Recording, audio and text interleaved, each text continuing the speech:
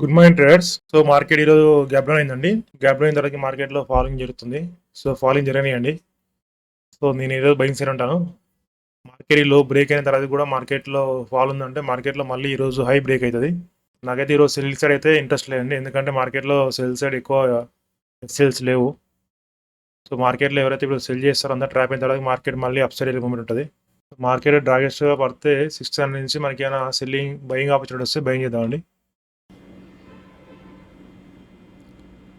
మార్కెట్లో 49,600 నుంచి buying opportunity వస్తుందండి, కానీ ఇది మాత్రం రియల్ బయింగ్ కాదు ఇది. సో మళ్ళీ ఇక్కడ బై చేపించిన తర్వాతకి మళ్ళీ మార్కెట్లో ఎవరైతే బై చేసి వాళ్ళు ఎస్ రిటైన్ తర్వాతకి మేబీ మళ్ళీ అగైన్ బై సైడ్ వెళ్తుండొచ్చు. సో ఇక నేను బై చేస్తే ఖచ్చితంగా నేను ట్రాప్ అవుతానండి. సో వెయిట్ చేస్తాను, ఎందుకంటే కంటిన్యూ ఫాలో అవుతుంది వాటికి మనం డైరెక్ట్ బయింగ్ అనేది డిసిషన్ కరెక్ట్ కాదండి. సో మార్కెట్ ఎక్కడి నుంచి నాకు బయింగ్ ఆపర్చునిటీ వస్తుందండి. సో ఇక నేను బై చేస్తాను, చూస్తాను. మార్కెట్ అయితే నాకు రిస్క్ కన్నా రివార్డ్ తక్కువ ఉంది నాకు. సో ఇది కరెక్టా కాదని నేను బై చేసినా తెలుస్తుంది నాకు ఇది. సో ఏదేమైనా నాకు ఇక్కడ నుంచి 1:1 రిస్క్ రివార్డ్ అండి.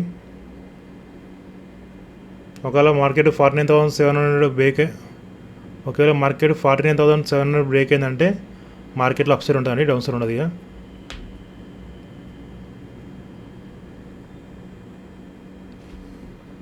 సో ఎంట్రీ తీసుకుంటాను, మార్కెట్ వెళ్ళిపోతుంది.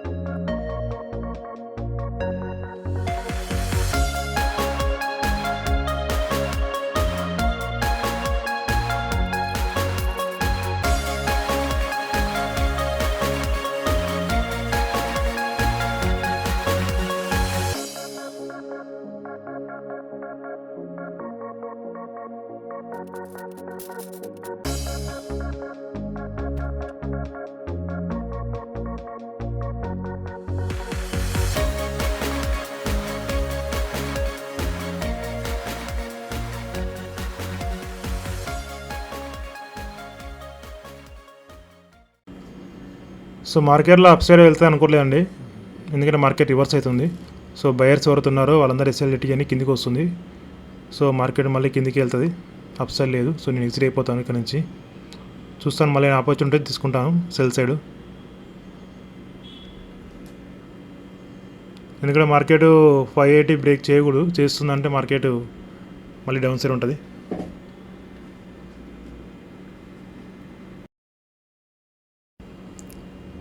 సెల్ సైడ్ ఎంట్రీ ప్లాన్ చేస్తున్నానండి.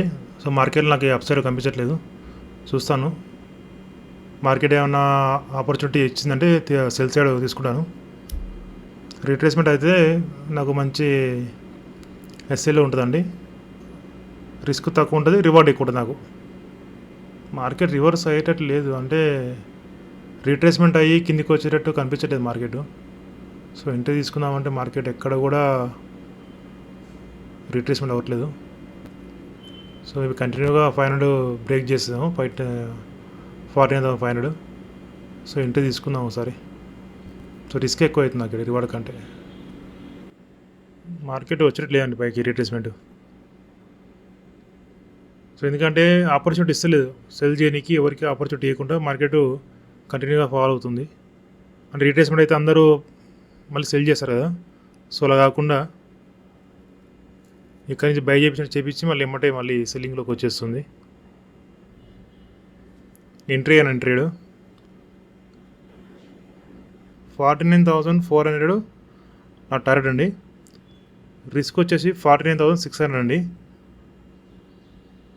సో నియర్ బై నాకు ఒక 140 పాయింట్స్ నాకు టార్గెట్ తీసుకుంటాను ఇక్కడి నుంచి.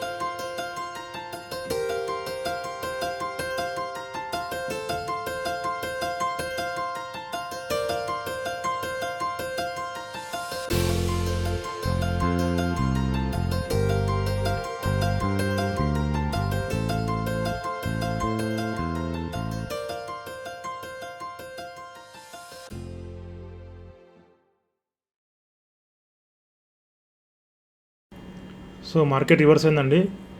సో ఇక్కడ నుంచి మార్కెట్ కన్సల్టేషన్ అయిన తర్వాతకి మార్కెట్ అప్ సైడ్ అన్నా డౌన్ సైడ్ వెళ్తుంది. సో ఇక్కడ ఎక్కువసేపు ఉండడం కూడా నాకు రిస్కీ ట్రేడ్ నాకు ఇది. సో నేను ఎగ్జిట్ అవుతానండి. సో ఇప్పుడు మీరు అడగవచ్చు, సార్ మీరు స్టాప్ లాస్ ఇట్గా ముందుకు ఎందుకు ఎగ్జిట్ అయ్యారు అని అడగవచ్చు. సో ఇక్కడ ఎందుకు ఎగ్జిట్ అయ్యానంటే మార్కెట్లో ఇక్కడ నుంచి నాకు మళ్ళీ అప్ సైడ్ క్యాండిల్ వేసినా కానీ నాకు రిస్క్ ఎక్కువైందంటే నాకు నిన్న వచ్చిన రివార్డ్కి ఈరోజు వచ్చిన లాస్కి నాకు ట్రయల్ ఇవ్వదండి. సో నాకు ఈరోజు ఉన్న లాస్ నాకు ఓకే, ఎందుకంటే మార్కెట్ నాకు ఖచ్చితంగా నాకు సెలెక్ట్ అవుతుంది. సో అందుకే నేను ఆ యొక్క సైకాలజీతో ఎగ్జిట్ అయ్యాను. సో నేనేంటంటే బిఫోర్ ఉన్న లాస్కి బిఫోర్ ఉన్న ప్రాఫిట్కి నేను ఈరోజు ప్లాన్ చేసుకుంటాను.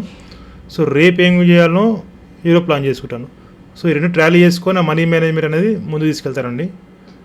ఎందుకంటే ఇక్కడ ఒకవేళ నాకు డ్రాగెస్ట్ అప్ సైడ్ వెళ్ళిందంటే నాకు మళ్ళీ 5,000 రిస్క్ వచ్చిందంటే నాకు నిన్న వచ్చిన రివార్డ్కి నాకు ఈరోజు సింక్ అవ్వడానికి. సో అందుకని ఎగ్జిట్ అయ్యాను. సో మార్కెట్ మ్యాక్సిమం ఇక్కడ కన్సల్టేషన్ అయిన తర్వాతకి మార్కెట్ ఐదర్ అప్ సైడ్ అయినా డౌన్ సైడ్ అయినా మళ్ళీ మూమెంట్ ఉంటుందండి, ర్యాలీ ఉంటుంది అప్ సైడ్ అయినా డౌన్ సైడ్ అయినా. సో థ్యాంక్ యూ అండి, థ్యాంక్ యూ వెరీ మచ్. నా అనాలిసిస్ మీకు నచ్చినట్టయితే లైక్, షేర్, సబ్స్క్రైబ్ అండి. బాయ్ అండి.